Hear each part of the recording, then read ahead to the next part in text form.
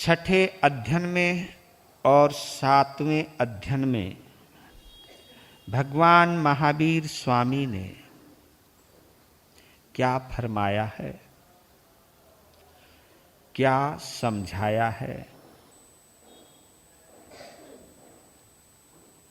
इसको अब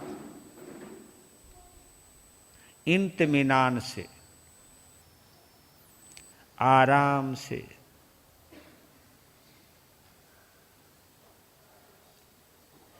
समझने का प्रयास करते हैं।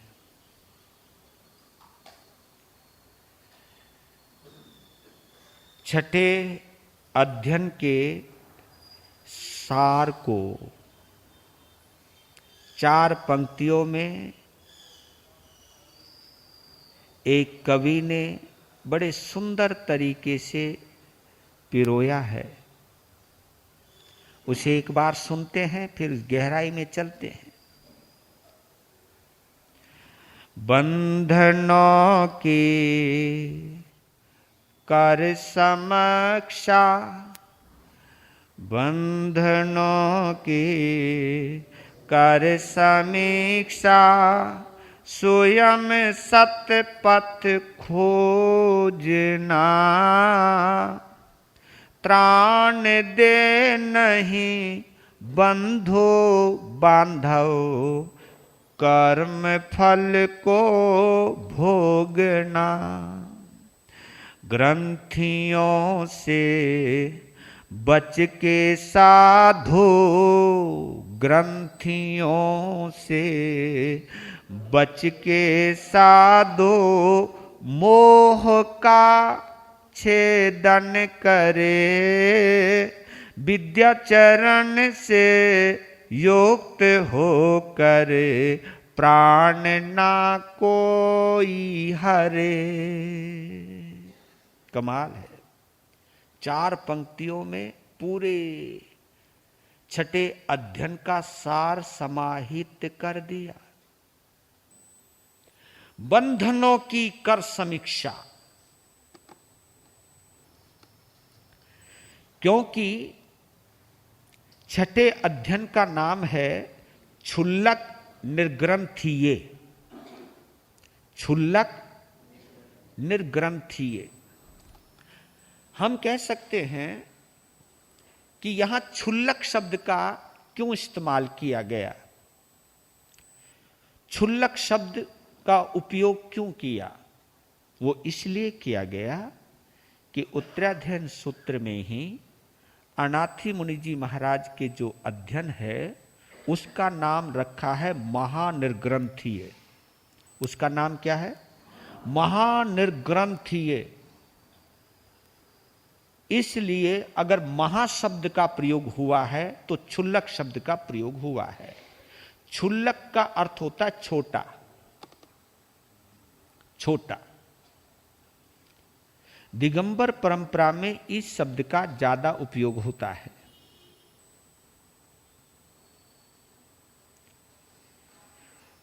वहां पर मुनि बनने की 4 स्टेजेज हैं।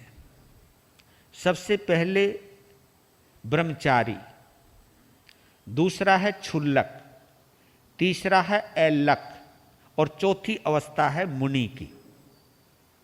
गुजरते हैं इन धाराओं से, गुजरता हुआ एक मुनि बनता है। सबसे पहले ब्रह्मचारी, उन्होंने पहला संकल्प किया ब्रह्मचर्य का, जिसकी वजह से बने वो ब्रह्मचारी। ब्रह्मचारी में वो केवल कुर्ता और पजामा या धोती कुर्ता, ये 2 चीज का उपयोग करते हैं, और वो भी सफेद, और कुछ नहीं। सफेद कुर्ता और सफेद धोती या सफेद कुर्ता पजामा। फिर जब वो क्षुल्लक बनते हैं तो फिर वो क्या करते हैं? धोती गई, ऊपर से कमीज भी गई, कमीज की जगह एक दुपट्टा आ जाता है, पजामे की जगह एक लंगोट आ जाता है। यानी लंगोट के साथ और ऊपर से चद्दर ओढ़ने के साथ ये अवस्था है क्षुल्लक की। फिर स्थिति आती है ऐलक की। ऐलक में क्या होता है, ऊपर की चद्दर हट जाती है, केवल लंगोट रह जाता है। यह है वहां पर ऐलक की अवस्था। और मुनि की अवस्था वो होती है जब वो अपने लंगोट को जनता के अंदर फेंक देते हैं। ये अवस्था है उनकी मुनि अवस्था। इस दौर से गुजरते हैं वो। ये प्रक्रिया है उनकी मुनि बनने की दिगंबर परंपरा में। तो क्षुल्लक छोटे को कहते हैं और निर्ग्रंथ कहते हैं संत को। और आपको बतला देता हूं, पहले जैन धर्म का नाम भगवान महावीर के निर्वाण के पश्चात 800-900 साल तक एक शब्द का ही प्रयोग हुआ था। उस शब्द का प्रयोग था निर्ग्रंथ धर्म। जैन धर्म, जिसको हम आज जैन धर्म कहते हैं, इसका नाम निर्ग्रंथ धर्म था। भगवान के निर्वाण के 800-900 साल तक ये शब्द बड़ा प्रचलित रहा। पहले जैन धर्म कोई नहीं कहता था, पहले इसका नाम था निर्ग्रंथ धर्म। बाद में जैन धर्म प्रचलित हुआ जिन देव की वजह से। जो जिनको मानते हैं वो जैन कहलाते हैं। ये शब्द बाद में आया है। इस शब्द के साथ हमारा तुम्हारा संबंध कोई बहुत पुराना नहीं है, हजारों साल पुराना नहीं है। तो आप इससे अंदाजा लगा सकते हो, जैन धर्म का नाम ही निर्ग्रंथ धर्म है। और निर्ग्रंथ किसको कहते हैं? क्योंकि एक शब्द है ग्रंथ और एक शब्द है निर्ग्रंथ। ग्रंथ पुस्तक को भी कहते हैं, किताब को भी कहते हैं ग्रंथ। और ग्रंथ गांठ को भी कहते हैं, गांठ। और आपने देखा होगा धागे में जहां गांठ पड़ जाती है, फिर वो धागा आगे नहीं जाता। देखो कमाल की बात है, जिस समय हम सुई में धागा पिरोते हैं तो ये धागा कहीं निकल ना जावे, उसके लिए हम आखिरी हिस्से में एक क्या लगा देते हैं, गांठ लगा देते हैं। तो वो गांठ ऐसी है कि उस गांठ की वजह से धागा सुई से पार नहीं हो पाता। तो आप ये मान के चलें, जब तक हमारे जीवन के अंदर गांठ रहेगी तब तक हम इस संसार की सुई से पार नहीं हो पाएंगे। ये इसका छोटा सा, सिंपल सा, सामान्य सा अर्थ है। बस इसके आगे कोई ज्यादा अर्थ नहीं बनता है। तब ये कहते हैं कि बंधनों की कर समीक्षा, क्योंकि हम गांठ को बांधते हैं, वो बंधन है, उसका बंधन है। बंधन का अर्थ होता है बांधना या बंधना, बंधन में डालना या बंधन में पड़ना, किसी को बांधना और स्वयं पड़ना, बात एक ही है। बंधनों की कर समीक्षा, यानी ये सोचे, ये विचारे, सामायिक के दौरान, पोषद के दौरान, प्रवचन के दौरान, सत्संग के माध्यम से, स्वाध्याय के माध्यम से चिंतन करे, समीक्षा करे कि मैं कहां कहां बंधा हुआ हूं, कौन कौन सी चीजों ने मुझे बांध रखा है, कौन कौन चीजें मेरी कमजोरी बन चुकी हैं। कमजोरी यानी आप समझते हो, कमजोरी उसको कहते जब हम लाचार हो जाते, हम कुछ भी करने को असमर्थ हो जाते हैं, लाचार जब हो जाते हैं, तो मेरी कमजोरी कहां कहां है, कहां कहां पानी मर रहा है, कहां कहां मैं बंधा हुआ हूं, उनकी समीक्षा रोज करनी चाहिए। यह श्रावक का भी धर्म है और संत का तो है ही धर्म। क्योंकि मुझे कभी कभी लगता है, इसमें कोई अतिशयोक्ति नहीं कर रहा हूं, मैं आलोचना ही कर रहा हूं, अतिशयोक्ति नहीं कर रहा हूं। मुझे कभी कभी लगता है कि हम लोग भी धीरे धीरे बंध रहे हैं, हम भी बंध गए हैं, अपनी अपनी संप्रदायों से भी हम बंध गए हैं, अपने अपने श्रावकों से भी हम बंध गए। जैसे तुम बंध गए हो ना अपने परिवार से, ऐसे मुझे भी लगता है कि हम लोग भी संप्रदाय से भी बंध गए हैं, लोगों से भी बंध गए हैं। अपनी संप्रदाय सभी को प्यारी लगती है और अपनी संप्रदाय को मानने वाले श्रावकों को देखना बहुत अच्छा लगता है, और वो उन श्रावकों का अपनापन जुड़ जाता है। अपनापन प्रेम वाला नहीं है, ये अपनापन मोह की बात कर रहा हूं, ये बंधन है, बंधन। और मुझे तो ये सा भी लगता है कि संत लोग भी ये कहने लग गए हैं कि समकित का एक ही अर्थ लगा दिया, तू मेरे से बंध जा। क्या हो जा? तू मेरे से बंध जा, तू मेरा हो जा, बस। अब मेरे अलावा कहीं मत जाना, चाहे कोई मेरे जैसा भी क्यों ना हो, पर लेकिन नहीं, बस मेरे से बंध जा। ये बंधन है। यानी मैं तुम्हें मुक्त करने के लिए बना हूं, ना कि बांधने के लिए। मैं घर से नहीं बंधा, घर छोड़ दिया कि पहले मैंने घर का बंधन तोड़ा, मां बाप का बंधन तोड़ा, परिवार का बंधन तोड़ा। मैं महावीर से जुड़ा हूं, मैं बंधने के लिए जुड़ा नहीं। भगवान महावीर ने तो अपने गौतम स्वामी को अंतिम समय में भेज दिया कि जा तो यहां से, मेरे पास रहते हुए तुझे केवल ज्ञान होएगा नहीं। जब तक तू मेरे से बंधा रहेगा तुझे केवल ज्ञान होने वाला। ये देखिए भगवान महावीर कितने गजब के दूरदृष्टा थे, समझते थे कि बंधन तो चाहे छोटा सा भी क्यों ना हो, बांधता तो है ही। तो बंधनों की कर समीक्षा, अपने को जांच लो भैया, देख लो कि कहां कहां पानी मरता है, कौन कौन सी चीजें मेरी कमजोरी हैं जिनसे मैं निकल नहीं पाता हूं। क्योंकि कईयों को भोजन की कमजोरी, खाए बिना नहीं रह सकते। कुछ चीजें हैं कोई देखे बिना नहीं रह सकते, कुछ चीजें ऐसी जिनको हम करे बिना नहीं रह सकते, तो वो भी देखनी है। चाहे वो उसमें क्रोध है, छोटी छोटी बातों पे क्रोध आ जाता है, और क्रोध तभी आता है जब कहीं ना कहीं व्यवधान पड़ता है, या कहीं ना कहीं स्वार्थ भंग होता है, या कहीं ना कहीं ईगो हर्ट होता है। तो समझना चाहिए मैं अहंकार से कितना बंध गया हूं कि तुरंत मुझे क्रोध आ जाता है, तुरंत मैं उबाल में आ जाता हूं। तो समीक्षा करनी जरूरी है। मैं इसलिए आप लोगों को कभी कभी नहीं, बार बार यही कहता आया हूं। 4 महीने के प्रवचन तो मैं अभी पूरे नहीं हुए हैं, पर जितने भी प्रवचन हुए हैं, जब कभी भी मुझे धर्म ध्यान पर टिप्पणी करने का मौका मिला है, तब मैंने आप लोगों को एक बात कही है। सामायिक में जो तुम पाठ करते रहते हो, मालाएं फेरते रहते हो, ये करना मैं बुरा नहीं मानता हूं, लेकिन इतना कहता हूं कि कुछ समय अपने आप को देखा करो कि कौन कौन सी मेरी कमजोरी है, कहां कहां मैं उबल जाता हूं, ये क्यों उबलता हूं, इतना क्यों स्वार्थ है मेरे अंदर, क्यों मैं धन के पीछे पागल हूं, क्यों मैं ये चीजें मुझे क्यों बांध रखी हैं। अगर ये चीज मेरे से इस वक्त छूट जाए तो क्या बीतेगी, अगर ये छूट जाए तो मैं तड़फूंगा, कितना तड़फूंगा, क्यों तड़फूंगा, आखिर ये है क्या चीज। जब तक इस चीज का मेरे साथ संयोग है तभी तक ही तो रहेगी ये चीज मेरे साथ।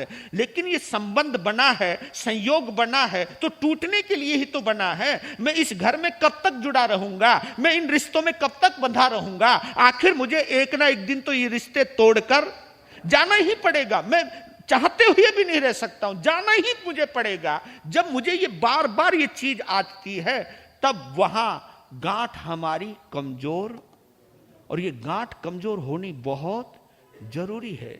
ये बेसिक से ये अध्ययन संतों के लिए बोला है, लेकिन मैं तो एक बात कहता हूं, संत भी तो तुम्हारे में से ही तो आए हैं। हमारे में तुम्हारे में एक ड्रेस का ही तो अंतर है भैया, हैं तो हम भी वहीं से। और देखो, शुभ कर्म का उदय आवे, तुम श्रावक से साधु बन सकते हो। हाँ, नहीं बन सकते, बताओ।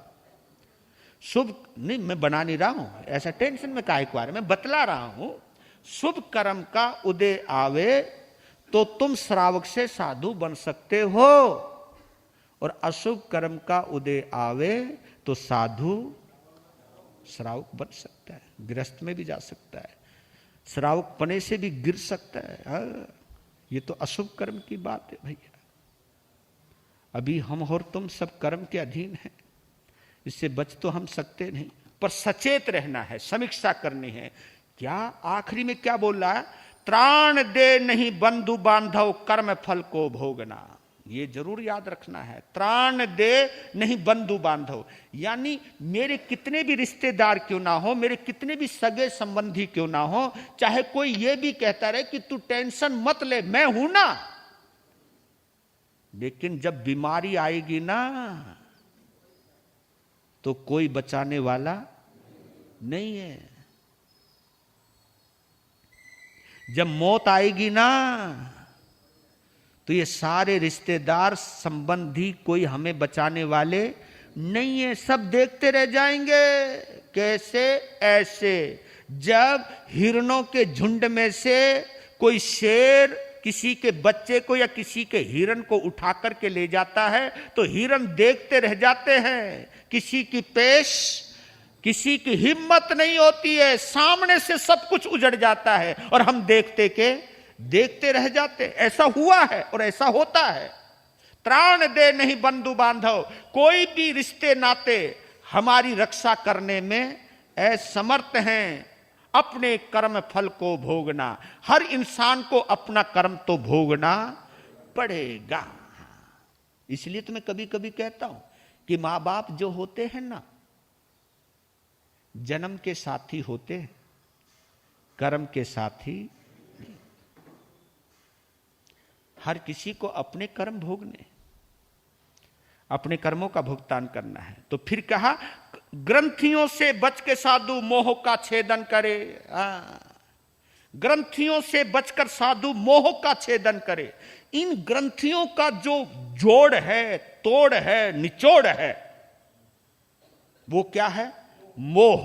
मोह का छेदन करे, और कुछ नहीं करना, और कुछ करना ही नहीं, बस एक कोई साध लो। किसको? मोह को कम करते जाओ।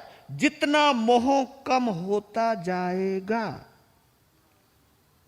उतने ही बंधन भी कमजोर होते जाएंगे। देखो, सबसे बड़ा बंधन अगर कोई है, ये तो तुम भी मानते हो ना, ग्रंथियों से बच के साधु मोह का छेदन करे, विद्या चरण से युक्त होकर प्राण ना कोई हरे। वाह, क्या बोला यार! विद्या चरण से युक्त होकर प्राण ना कोई हरे।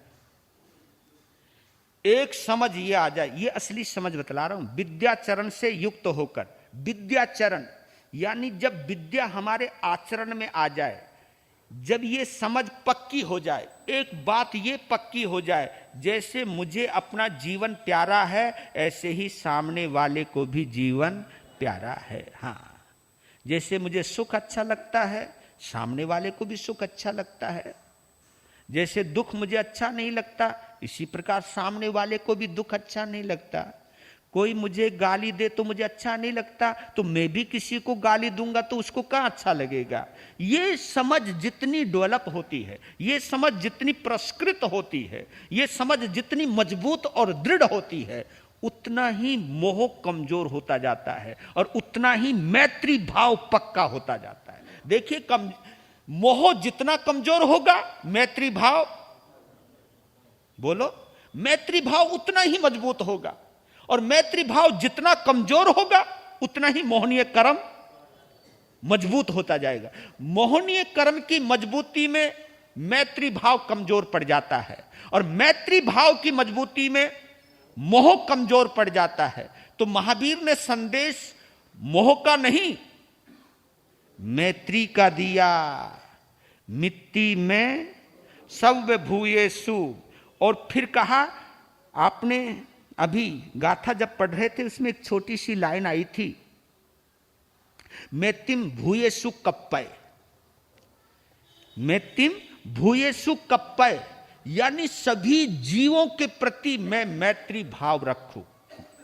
भूयेसु भूतेसु कप्पय, समूह के रूप में सभी के साथ मैं मैत्री भाव को विकसित करूं, यानी सभी जीव मुझे प्रिय लगे। बस सभी और एक, फर्क तो है ना।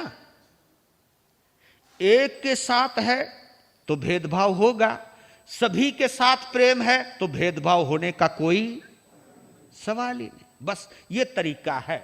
मोह हमें एक से बांधता है और प्रेम और मैत्री हमें सभी से जोड़ता है, बांधता नहीं, हाँ जोड़ता है। ये बहुत अंतर है एक जोड़ने में और हाँ बांधना होता खूंटे से।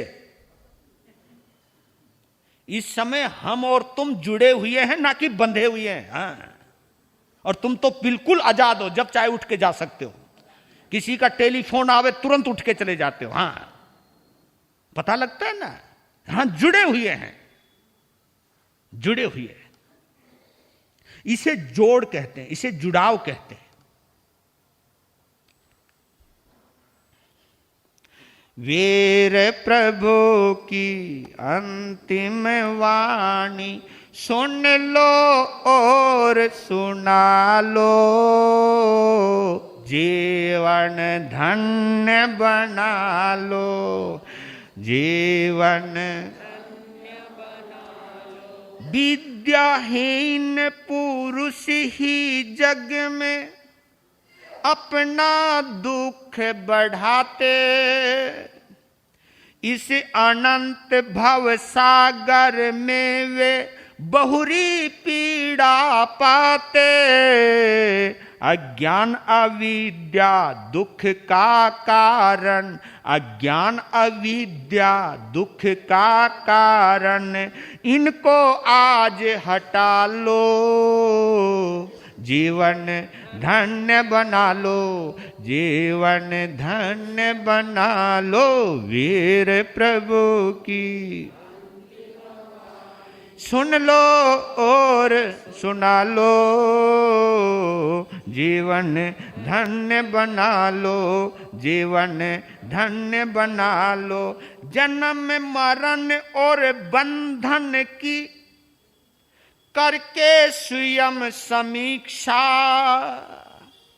जन्म मरण और बंधन की करके स्वयं समीक्षा, स्वयं सत्य की खोज करे रख मैत्री की आकांक्षा, जो जीवों का हो हितकारी, जो जीवों का हो हितकारी, ऐसा सत्य जगा लो, जीवन धन्य बना लो, जीवन धन्य बना लो, वीर प्रभु की अंतिम सुन लो और सुना लो, जीवन धन्य बना लो, जीवन धन्य। अपने समजग को जो देखे सबको जीवन प्यारा, वैर भाव से उपरत होकर बने नहीं हत्यारा, बिना दिए तृण भी ना लेवे, बिना दिए तृण भी ना लेवे, परिग्रह सारे टालो, जीवन धन्य बना लो, जीवन धन्य बना लो। सच कहता हूं, कोई शनि ग्रह से, कोई शनि ग्रह से प्रभावित है, कोई मंगल ग्रह से प्रभावित है। ये तो तुम कहते हो ना, किसी का मंगल दुखी करे, किसी का बुधवार दुखी करे, किसी का शनि दुखी करे, किसी का राहु दुखी करे, तो किसी का केतु दुखी करे। लेकिन भगवान ने कहा है कि जितने भी 9 ग्रह हैं, इन ग्रहों का अगर कोई राजा है, कौन सा? इन 9 ग्रहों का कोई राजा है तो परिग्रह, एक परिग्रह भी है। हमने शनि ग्रह पढ़ लिया, मंगल ग्रह पढ़ लिया, राहु ग्रह पढ़ लिया, लेकिन परिग्रह ये असली ग्रह है। इस ग्रह के चक्कर में ये जितने भी 9 ग्रह हैं वो सब प्रभावित हो जाते हैं। ये सारे ग्रह तुम्हारे ऊपर टूट के पड़ते हैं। अगर जिस दिन तुम परिग्रह से हट गए ना, बस ग्रह क्या करेगा? ग्रह, बाकी शनि ग्रह क्या करेगा? जब मुझे कुछ चाहिए ही नहीं, जब मुझे कुछ इच्छा ही नहीं है, अब शनि ग्रह करेगा क्या? शनि ग्रह आपकी इच्छाओं में बाधा डालता है। हाँ, जब इच्छा ही नहीं है तो बाधा क्या डालेगा? नहीं समझे? नहीं समझ तो गए महाराज। क्योंकि महाराज ये थम ऊपर बैठ के ही बोल सको हो। हाँ, कभी तुम घर में उतर के देखियो, तुम्हें पतो चलेगो। पर लेकिन मैं इतना कहता हूं, आप घर के सब काम करो, कौन मना कर रहा है, लेकिन इतना जरूर सोच के करो, कुछ भी इकट्ठा करो, कुछ भी इकट्ठा करो, लेकिन ये तो सोच लो कि एक ना एक दिन ये सब कुछ बस करो। ये चीज पक्की होती रहे, पक्की, आपके अंदर गांठ पड़ेगी नहीं। लीजिए 7वां अध्ययन, बड़ा गजब का अध्ययन है। कहीं एलकीय अध्ययन है, कहीं उरभ्रीय अध्ययन है। इसके नाम है, कहीं उरभ्रीय है और कहीं एलकीय भी बोलते। 7वां अध्ययन, 4 लाइनें इसकी भी सुनते हैं, इसमें प्रवेश करते हैं। अल्प सुख की प्राप्ति है तू, अल्प सुख की प्राप्ति है तू, विषय सुख को भोगना। मानो मनुज के मूल को ही नष्ट करके छोड़ना। प्राप्त होती त्याग से ही, प्राप्त होती त्याग से ही उच्च गति की योग्यता। प्राप्त होती त्याग से ही उच्च गति की योग्यता। सप्त अध्ययन से वर्ण हो, सप्त अध्ययन से वर्ण हो, श्रेय पथ की दिव्यता, श्रेय पथ की दिव्यता। अल्प सुख की प्राप्ति है तू, विषय सुख को भोगना। ये सब सार है, ये 7वें अध्ययन का सार है। अल्प सुख की प्राप्ति है तू, थोड़ा सुख ज्यादा दुख। खनमेत सुखा बहुकाल दुखा। खनमित सुखा, खनमित यानी क्षण भर का सुख, क्षण भर का सुख। खनमित सुखा बहुकाल दुखा। अल्प सुख के, अल्प सुख की प्राप्ति है तू, विषय सुख को भोगना। कहीं ना कहीं हमारी मति खराब है, कहीं ना कहीं हम इस भंवर जाल में फंस जाते हैं।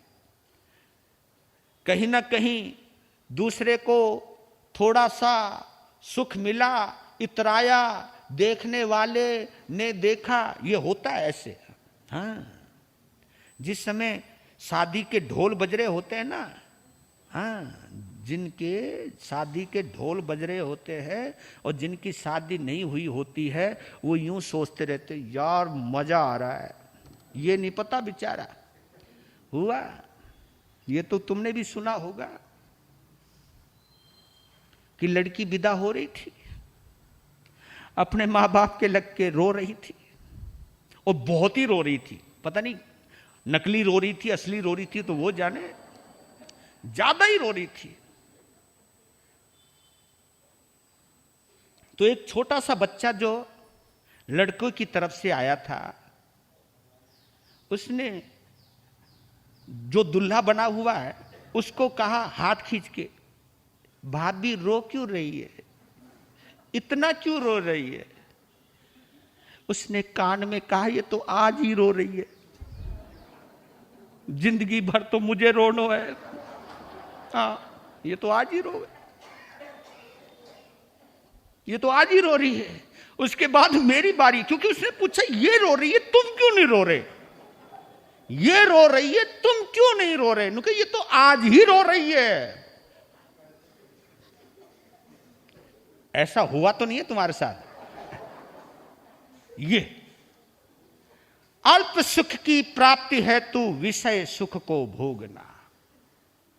थोड़े से, क्योंकि ये जो सुख है विषयों का, क्योंकि चाहे खाने का स्वाद है, थोड़ी देरी तो है ना, जब तक वो स्वाद जीभ तक है तभी तक ना, अंदर गया खत्म। और बाद में कुछ होना होगा तो बाद में होवेगा। जितने भी सुख हैं इंद्रियों के क्षणिक सुख हैं, लेकिन कभी कभी इन क्षणिक सुखों के चक्कर में फंसकर हम लंबे काल तक बीमारी का सामना करते हैं, रोगों का सामना करते हैं कि अल्प सुख की प्राप्ति हेतु विषय सुख को भोगना मानव मनुष्य के मूल को ही नष्ट कर कर छोड़ना। जो मनुष्य जीवन का मूल था, मूल यानी उद्देश्य, मूल यानी पर्पज, मैंने किस पर्पज के लिए यह मनुष्य जन्म लिया था, यह जब हम भूल जाते हैं तो उसका फल हमें भुगतना पड़ता है। और कैसे? उदाहरण है सबसे पहले मेमने का, मेमने का ही है ना, मेमने का उदाहरण है सबसे पहले। वो मेमना जिसे बकरा कहते हैं या मेमना भेड़ का बच्चा, कुछ भी समझ लीजिए आप, उसको उसका मालिक खूब खिलाता है, हरी हरी घास खिलाता है, और कभी कभी उसमें बादाम कूट कूट के, काजू पिस्ता कूट कूट के खिलाता है। और सामने बैठा हुआ बछड़ा, गाय और बछड़ा सामने, एक ही घर में मेमना है, एक ही घर में गाय और बछड़ा है। तो बछड़ा देखता है मालिक के इस व्यवहार को और सोचता है कि मेरी मां इसको दूध देती है, इसके बच्चों को पालती है, पर लेकिन जो देती है, दूध देती है, उसको तो ये सूखी घास देता है, और जो कुछ नहीं देता उसको हरी हरी घास, कभी बादाम, कभी अंजीर, पिस्ता। चलता चलता मां के पास आया, अपने मुंह से मां के मुंह लगाया और कहा, ये क्या हो रहा है? तू इतना भला करती है, तुझे सूखी घास, और थारे चक्कर में मुझे भी सूखी घास डाल तो है ये, और ये तो कुछ भी नहीं करे, बड़ा छोटी सी पूंछ हिलाता रहे, बैठा बैठा बैठा, और खड़ा खड़ा पूंछ हिलाता रहे, कुछ करता तो है ही नहीं। फिर भी देखो क्या चमकीला, इसे नहलाता भी है, तेल भी लगाता है, मालिश भी करता है, खिलाता है, पिलाता है, और देख कितना मुस्टंडा हो गया है, और तू बेचारी कुछ। तो गौ ने कहा, बेटा टेंशन मत ले, इसकी उम्र छोटी है। देखो कितनी गहरी बात कही गाय ने, इसकी उम्र छोटी है। क्या मतलब? अब मैं तुझे क्या बताऊं, एक दिन पता चल जाएगा। कुछ ही दिनों के बाद एक मेहमान आया, गाय तो चरने के लिए गई हुई थी, बछड़ा बंधा हुआ था। क्या देखा, मालिक आया और बकरे की गर्दन पकड़ी, बकरा भागने लगा, लेकिन उसे पकड़ के लाया गया। एक बड़ा सारा छुरा था, छुरे को देखती बकरा घबराया, लेकिन देखती देखती बकरे की गर्दन पर वो छुरा चला। और ये दृश्य किसने देखा? गाय के बछड़े ने देखा, डर गया, सहम गया। मां आई, घबरा रहा है बछड़ा, बकरा और बछड़ा। बकरा तो हो गया, वो हो गया ना, वो तुम भी समझ रहे हो ना, हो गया। बछड़ा वैसे ही कांप रहा, उसने ये समझा जो इसके साथ हुआ वो मेरे भी साथ होगा। मां से चिपट गया, बोलने लगा, मां मैंने कहा था ना तेरा कुछ नहीं होगा, क्योंकि तू तो सूखी घास खाता है। जो हरी हरी घास खाते हैं, जो माल खाते हैं ना, ये कहावत आती है पंजाबी में, जो खाएगा डट के वही सहेगा झटके। जो खाएगा डट के वही सहेगा झटके। हाँ, तुम खाते वक्त क्या मजा आ रहा है। तुम मालूम है इतना करने से ही कितना कर्मों का बंद होता है। वो भी चाहे एकेंद्रीय जीव है, मरा तो वो भी है। ये हमारी मजबूरी है कि हमको खाना पड़ता है, लेकिन उसकी भी हमें आलोचना करनी चाहिए कि मेरी वजह से कोई जीव मरा है, चाहे वो एकेंद्रीय जीव ही क्यों ना है, लेकिन मेरे जीने के लिए मरा है। आपके अंदर कभी ख्याल आया, अरे यहां तक लफड़ा हो जाता है, तुम्हारी सब्जी में कहीं नमक कम रह जावे, मिर्च ज्यादा पड़ जावे, मुसीबत इनकी आवे। और कभी कभी गुस्से में तुम थाली को भी फेंक देते हो, क्योंकि हम इस जिह्वा के गुलाम हो जाते। पहला ये। दूसरा उदाहरण वो भी मिलता है, कौन सा? एक राजा बीमार हुआ, जिंदगी खतरे में पड़ी, हकीम को बुलाया, हकीम आया, नबज देखी, थोड़ा घबराया, पसीना पूछा, कहा कि तुमने वक्त पर बुला लिया। पर लेकिन क्योंकि पहले नाड़ी वेद हुआ करते थे, नाड़ी देखती पता चल गया कि इन्होंने आम खाया है, इनके अंदर जो एलर्जी होती है, जो ये जिंदगी खतरे में पड़ी है, ये आम खाने से होती है। तो राजा और राज कर्मचारियों को, महारानियों को, राज परिवार को वैद्य ने एक बात कही, अगर इनको जिंदा रखना है तो आम से दूर रखना है, आम को खाना नहीं, खाना नहीं।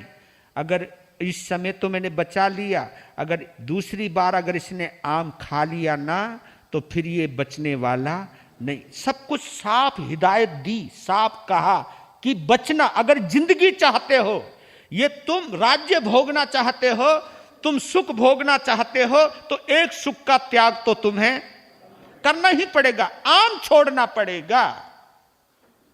दवाई दे दी, वेद चला गया, राजा तंदुरुस्त हो गया, फिर मस्ती में आ गया, एक बार घूमने गया, दूर निकल गया, मंत्री भी साथ में है, एक दो कर्मचारी भी साथ में है, राजा थक गया, किसी पेड़ के नीचे लेट गया। और संयोग देखो, वो पेड़ किसका था?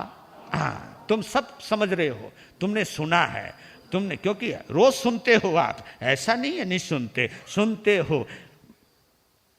उसकी नजर ऊपर पड़ी है, ओए होए होए, क्या? क्योंकि आम, वो भी पीले पीले, ऊपर से पीले पीले पीले। देख रहा है, मंत्री को देखा, मंत्री ने भी ऊपर देखा, राजा ऊपर, राजन देखो मत, देखो मत। राजा बोला, देखने से क्या होता है? देखने से क्या, देख ही तो रहा हूं। हकीम ने खाने को मना किया है, देखने को नहीं। मंत्री ने सोचा, बात तो ये भी सही कर रहा है। और क्या हुआ, पता नहीं किस नजर से देखा उसने, राजा ने पता नहीं किस नजर से उस आम को देखा, आम गिर के उसकी छाती पे गिरा।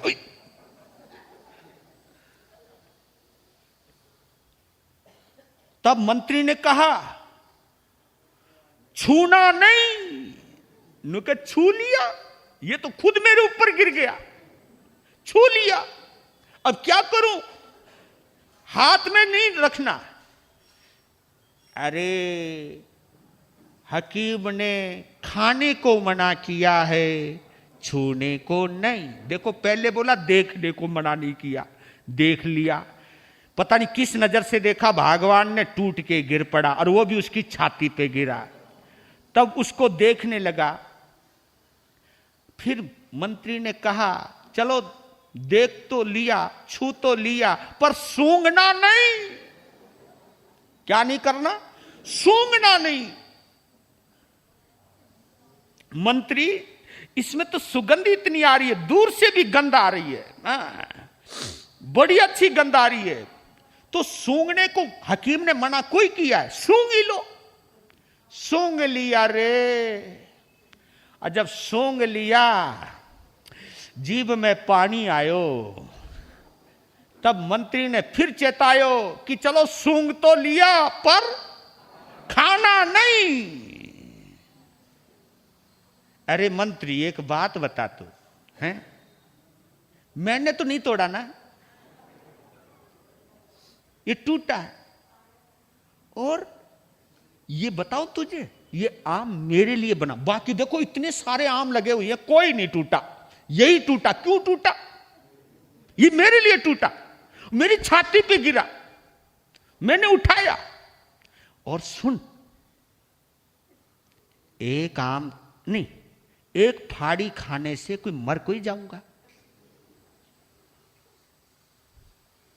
नहीं राजन, नहीं, ऐसा मत करो।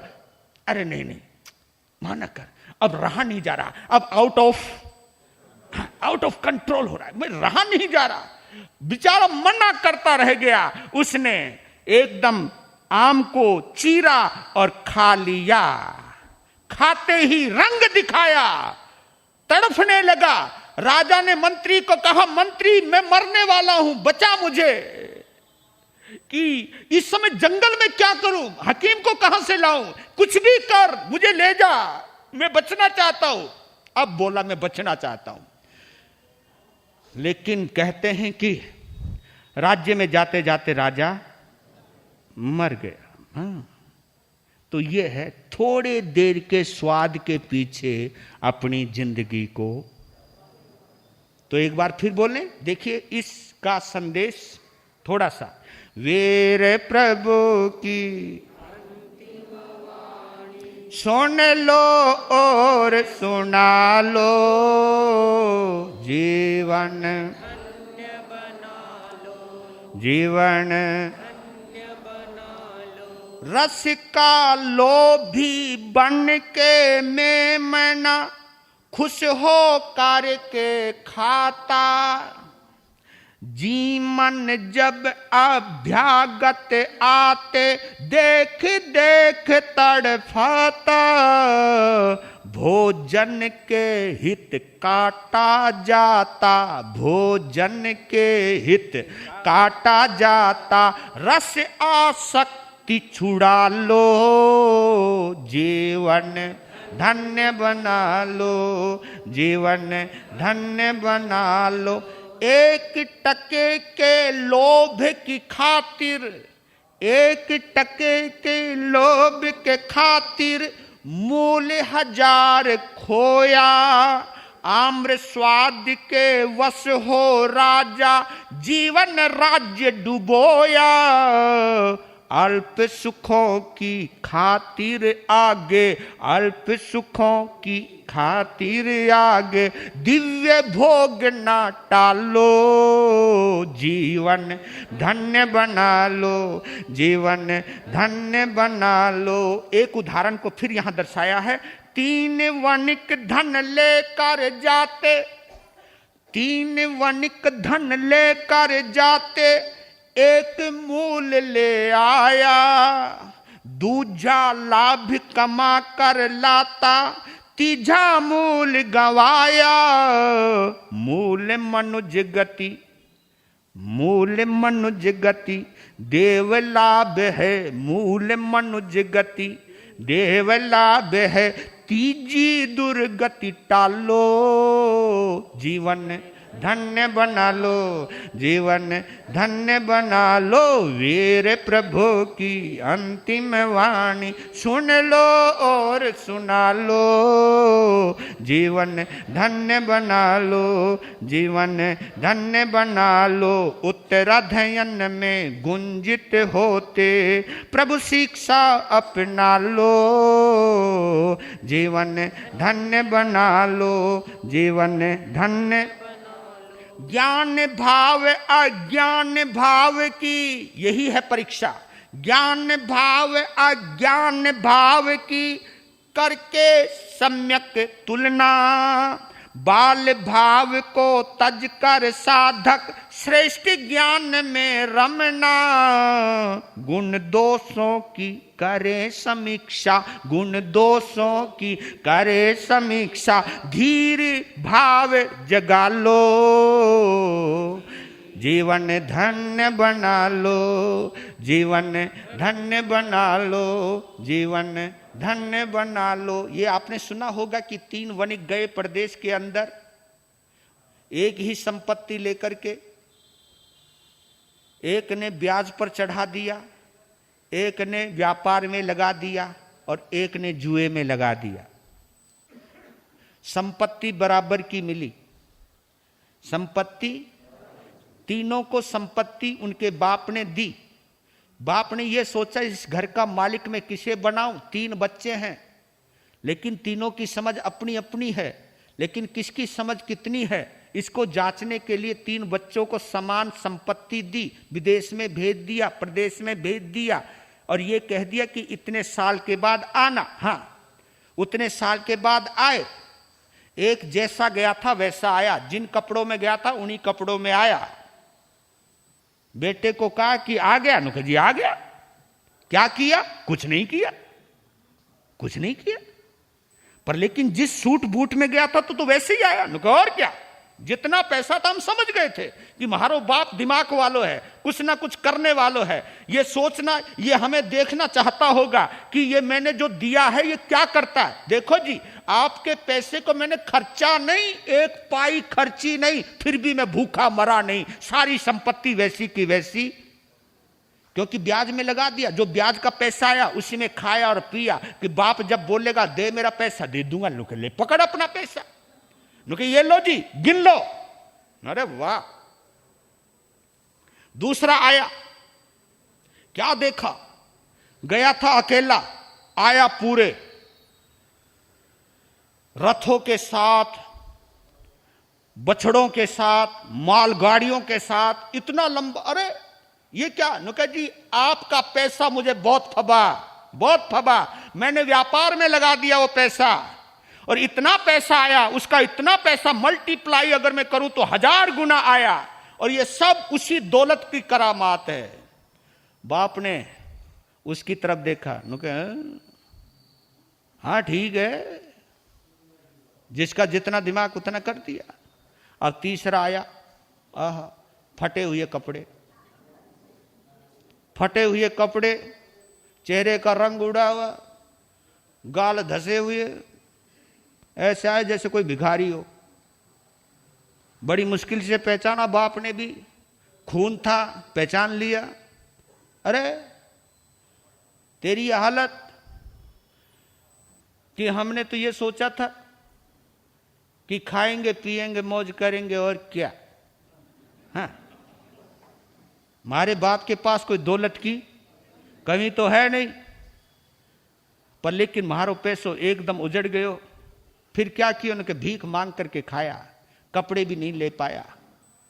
एक ने मूल गंवा दिया, एक मूल बचा के लाया, और एक ने मूल से कितना बढ़ाया। एक ने खोया ही खोया, एक ने कमाया ही कमाया, और एक ने ना खोया और ना कमाया। तो मूल क्या है? मनुष्य जन्म, राइट? ये हमारा मूल है, मनुष्य जन्म मूल है। अगर हमने कुछ इस जन्म में आकर के ऐसी करनी करी कि हम देवलोक में चले गए, उच्च गति में चले गए, तो हमने क्या किया? कमाया। अगर मनुष्य जन्म लेने के बावजूद इतना पाप किया, इतने विषयों में पड़े रहे, दुनिया के चक्रों में पड़े रहे, इतना पाप किया, मर के अगर हम पशु बने, मर के हम नरक में गए, तो हमने गंवाया ही गंवाया। अब ये आपने निर्णय करना। ये तो महावीर ने समझा दिया है कि तुम लोगों ने क्या करना है और क्या करना चाहिए। आपका समय हो रहा है, पर लेकिन इतना जरूर कहता हूं कि हे प्रभु, जरूर कोशिश करना, महावीर की वाणी को हृदय में संजो करके रखिएगा, हृदय में बसा करके रखिएगा, संभाल करके रखिएगा। और ये जो उत्तराध्ययन है ये अमृत है, अमृत।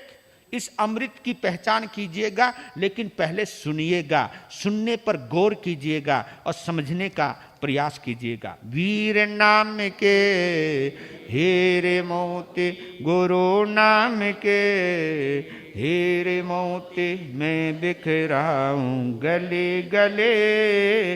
ले लो रे कोई राम का प्यार, शोर मचाऊं गले गले।